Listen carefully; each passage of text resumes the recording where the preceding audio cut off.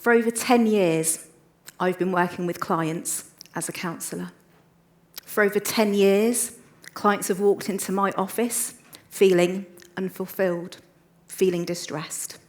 And my job is to transform them, to take them from feeling unfulfilled to growing, glowing, thriving.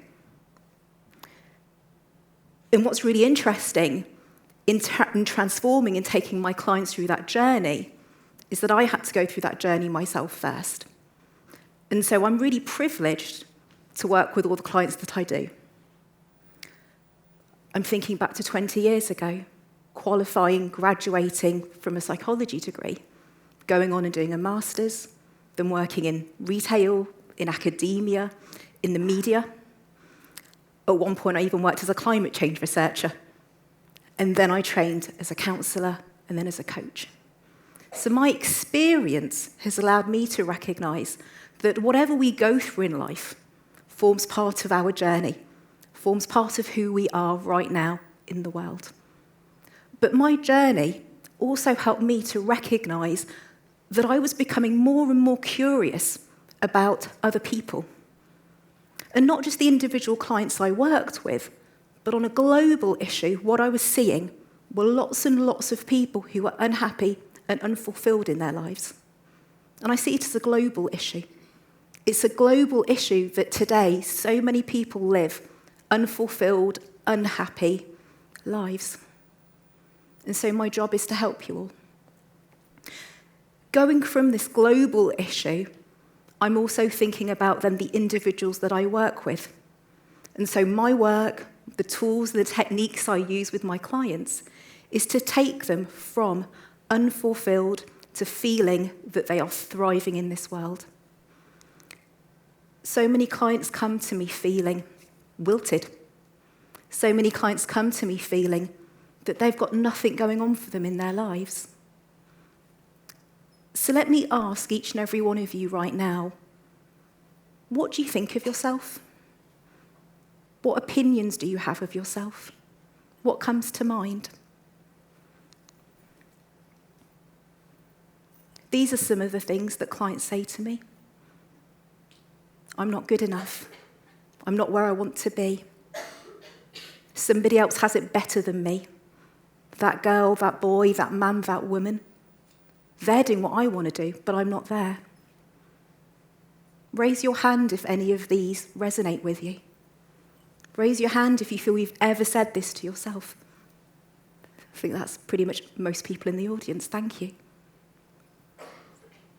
What's interesting about these quotes is that what's often said, and the people that often say these things, are the people who, on the surface, appear as high performers, high achievers. They're striving. They're giving in their lives. They're pouring all their energy into that particular finish line, to that particular achievement. They're striving for the degree. Let's even go backstage. They're striving for the GCSEs, the A-levels, the right university to get into, the degree. And it doesn't stop there. They then strive for the right job, to get onto the right career ladder, and on and on and on it goes. The problem with high performers and high achievers isn't your ambition. It is not your passion. The difficulty and the challenge and the problem with high performers and high achievers is that your success, your sense of self, your sense of good enough lies at that finish line. I will be good enough if and when. I will be good enough when I get that degree. I will be worthy and valuable and a good enough person once I get that job or that promotion, or when I get to a certain level on the career ladder. But we are not our titles or our achievements or our grades or our certificates. Because if you are, and if that's how you think of yourself, then we really need to reflect on that. I've just come back from San Francisco just a few weeks ago. And for 3 days, I was at a Zen monastery, beautiful Zen monastery on a 3-day retreat. Upon entering that Zen monastery, they didn't check my CV. They didn't check my qualifications. They didn't check what degrees I had, what universities I went through, what my job title was. I turned up like this. And for 3 days, I sat around and ate dinner, breakfast, lunch, and dinner, with the most beautiful, diverse range of people. Some of them, yes, I got to know their first name. Yes, I got to know aspects of their life story. But not a single one of them did I learn what their job was, what qualifications they had, or what they do now in their job in the outside world when they leave that retreat. And what's the difficulty in all of this is that I'm sure for many of you in the audience, and I see many of you in the audience, tutors, teachers, professors, students, employers, employees, professors, is that if we are always going to be defining ourselves through our achievements in this life, if that's going to be our mindset, if we're always going to be looking at that finish line and those achievements and that statuses of who we are always going to be chasing it.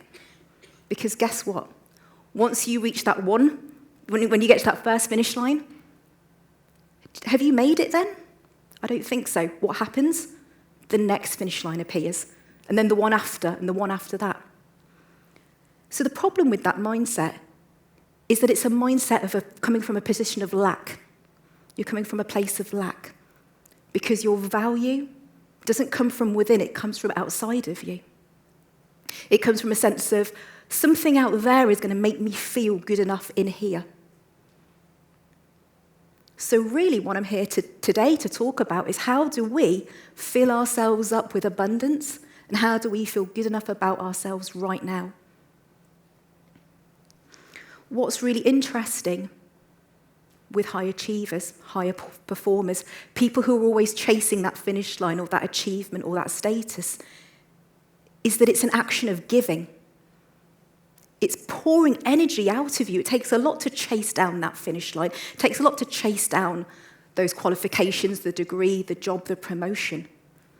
All of this energy is pouring out of you. You're giving a lot. The difficulty with that is that if you are always giving, how are you refilling yourself? What are you doing to fill yourself up again? Because if you're always giving and pouring into your studies, your career, your jobs, your relationships to other people even, eventually you're going to turn into an empty cup. And who's heard that phrase, you can't pour from an empty cup? The irony with this idea of pouring from an empty cup is that the expectation is not that we're an empty cup, but we are this abundant flowing lake or river or ocean of energy to give. People don't expect us just to be a cup full of energy and not only give that. People think we are flowing rivers of energy and we have abundance and we can just give. That's all very well and good, because pouring out and giving to others is at the downstream end. My concern is what's being poured into you upstream, because that's the source of your energy. Otherwise, this lake, this cup, is going to empty over time until you have nothing left to give. And do you know what? Your CV, your qualifications, your certificates, your job title is not going to make you happy then, when you are rock bottom, when you are empty, when you have nothing left. That's not going to make you feel good about yourself at the end of the day. So as I've said, what's happening upstream? Where are you getting your energy from? How are you pouring energy into yourself? And not only that, what type of energy are you pouring into yourself? Are you intentional? Are you conscious? Are you aware of the energy that you are pouring into yourself? Because do you know what? The energy which is pouring into you is the energy that you're going to be pouring out of you into your career, your study, your job, your promotion, your relationships, with your family, with your friends. That's who's going to be on the receiving end of your energy. So we really have to be mindful and conscious and intentional of the energy pouring into us. Because I ask you, are you really showing up fully in your lives to yourself and to the people in your lives, to the lifestyle that you want, to the achievements that you want to gain and do in this life?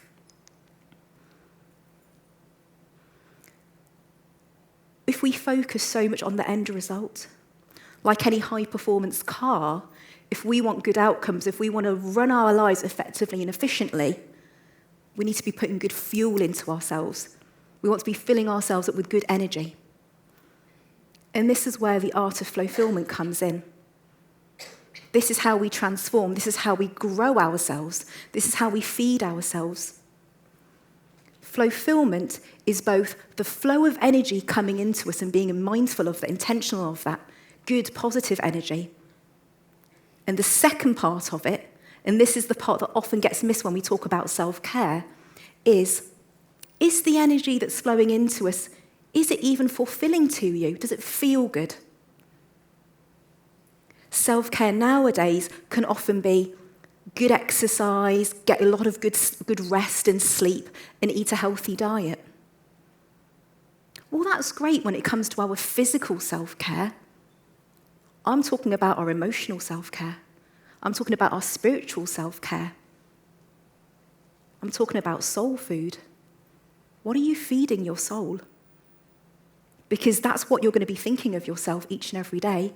That's the person that's going into study, relationships, into your career, into every aspect of your everyday. The first part of thinking about flowfilment and being intentional about the energy that's pouring into you is, first of all, your thoughts. Secondly, I'll talk about feelings. When I think about thoughts, the first step is to think about, first of all, the environment around you. Let's be intentional. Are you aware of the environment that you put yourself in? Is the environment around you relaxing, comforting? Is it fulfilling? Does it feel good?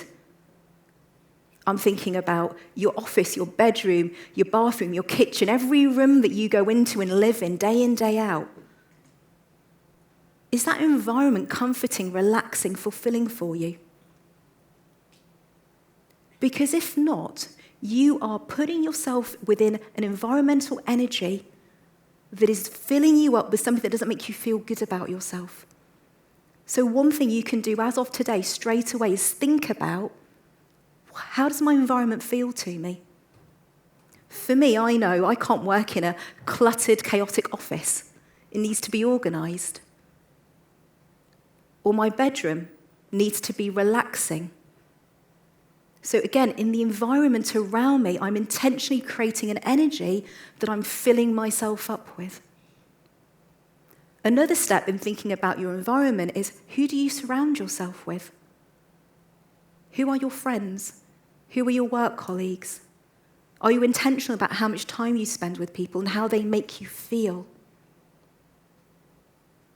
I spend time with friends because they fulfill my energy. They're fulfilling. I feel connected. I feel loved. I feel cared for. I feel appreciated. I feel valued.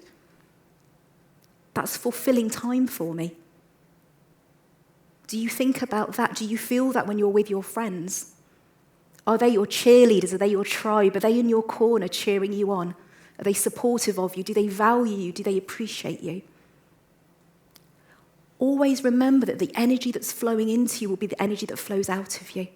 So be intentional about the energy flowing into you. And let's think about thoughts.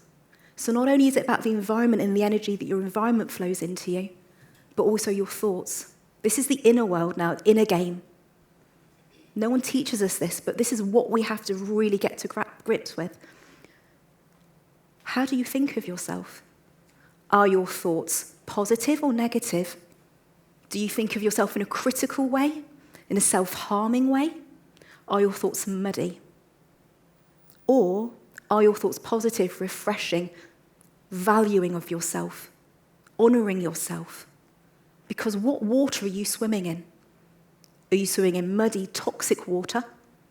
Or are you refreshing yourself every day in a warm, cleansing water? So be mindful of what you say to yourself.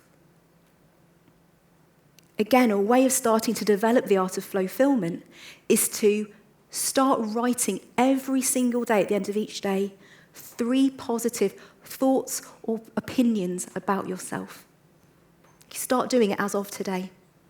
Don't say, I'll do it on the 1st of January 2020, I'll start doing it next year, because what does that do? It just creates another finish line for you. Don't make it a finish line. Don't make it an achievement. Just make it part of your daily self-care, your daily soul food. Every day, write down 3 positive thoughts about yourself. After 7 days, in that notebook, I want you to go to the very front page or the front cover, and I want you to write at the front of it, my I am good enough journal. Start doing it as of today. The other thing with thoughts is, through what lens are you viewing yourself? Through what filter, through what lens do you see yourself? Are you looking at yourself with thoughtful, kind, caring, loving, compassionate ways and thoughts? Or again, are you being self-critical? Another thing you can do as of today is to start keeping a gratitude journal.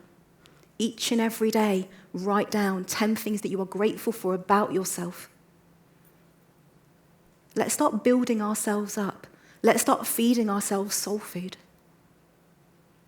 Part of our inner game. I mentioned earlier that I did a master's. It was in conservation biology. I spent 3 months in Africa tracking lions. Now, I haven't seen any lions in Leicester recently, so we'll go with horses.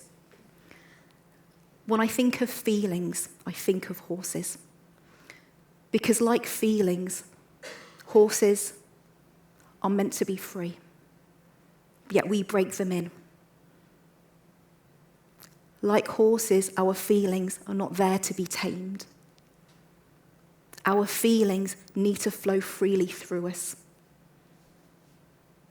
So I always think of feelings as wild horses.